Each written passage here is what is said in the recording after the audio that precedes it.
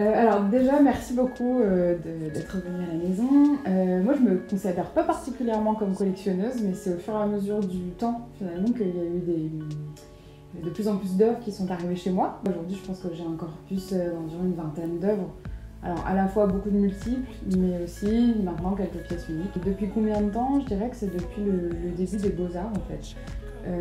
Comme j'étais moi-même à l'école des Beaux-Arts, du coup j'ai commencé par simplement acheter les pièces des personnes de ma classe que j'appréciais. Dans ma petite collection, il y a quelques artistes céramistes. Donc un qui s'appelle ici, donc c'est une pièce de Victor Levet.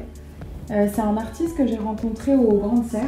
En fait, à chaque fois, il y a plusieurs étapes. C'est-à-dire que Victor, évidemment, avant d'avoir une pièce comme celle-ci, j'ai commencé par une toute petite pièce qui est dans ma cuisine, qui vaut 100 et quelques euros. Et puis après, au fur et à mesure, comme pour d'autres artistes, ça s'est fait comme ça. C'est-à-dire que je commence par un multiple et puis ensuite après, je vais aller vers une pièce unique.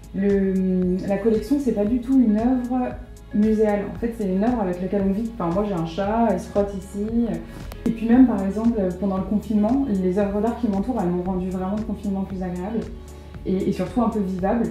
Donc une œuvre qu'on achète, c'est pas du tout une œuvre qu'on va apprécier dans le cadre d'un white cube, c'est vraiment une œuvre avec laquelle on va vivre. Le travail de Victor Cordor est peut-être décoratif au premier abord. C'est une notion qu'on ne peut pas du tout exclure quand on parle d'une collection, il faut qu'on ait envie de vivre avec quand même. Les œuvres avec lesquelles j'aime bien vivre, c'est qu'à la fois elles sont agréables à regarder, mais aussi au fur et à mesure, en fait, elles ont une richesse qui va se révéler au fur et à mesure des jours.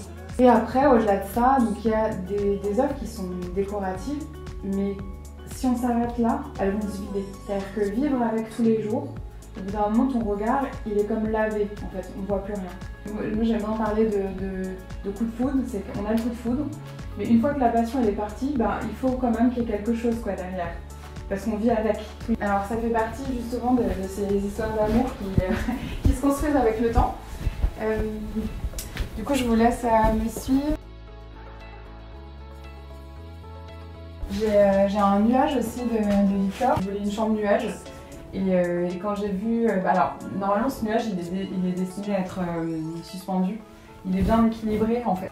Et moi, j'ai eu un gros coup de cœur. Et donc là, voilà, il a trouvé sa place dans la chambre à coucher. Je commence avec Noémie Sauve. Donc, j'ai commencé par une sérigraphie qui est donc, dans la cuisine, à 50 €. Moi, je l'ai rencontrée dans un vernissage, j'avais trouvé son travail mais incroyable. Du coup, j'ai commencé par une petite pièce et puis ensuite après, voilà, j'ai acheté cette pièce unique à un dessin. Et le travail de Noémie, il me touche particulièrement parce qu'il est vraiment en rapport avec les éléments et notamment comment l'animal, le végétal et l'humain réussissent à former une espèce de cosmogonie ou en tout cas, voilà, une harmonie. Et cette pièce, elle s'appelle La traversée des espaces par la graine paysanne. Et en fait, ce que tu as ici, là, c'est une graine de tomate. Cette pièce, elle me plaît énormément pour ça aussi. C'est qu'elle est petite, c'est un vrai objet. En fait, c'est au-delà d'un dessin, c'est un vrai objet, je trouve. Puis en plus, qui peut être amené à donner la vie autrement. Une des choses qui m'importait, c'était de m'entourer de vanité. Donc je parlais tout à l'heure de la terre, donc j'ai une vanité ici d'Étienne Potier et une autre vanité de Marianne Lang, qui est une artiste allemande. Ça c'est mon premier achat en galerie, voilà. Donc c'est une pièce unique aussi, c'est un dessin pyrogravé sur le papier. Et du coup je trouve que c'est toujours intéressant aussi d'avoir des vanités autour de soi dans sa maison pour toujours rappeler les choses essentielles quand même. Donc c'est donner entre guillemets une pointe de mort, de morbide, pour toujours bien profiter du vivant quoi. Donc ça pour le coup c'est pareil, une pièce en terre.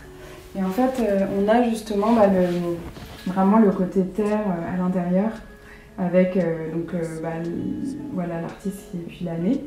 Quand on le retourne vraiment on a l'impression que c'est du métal, enfin c'est quelque chose d'hyper résistant, alors qu'en réalité tous les pétales qui sont là ils sont hyper friables. Et c'est vrai que dans mon déménagement il y a eu quelques petits éclats.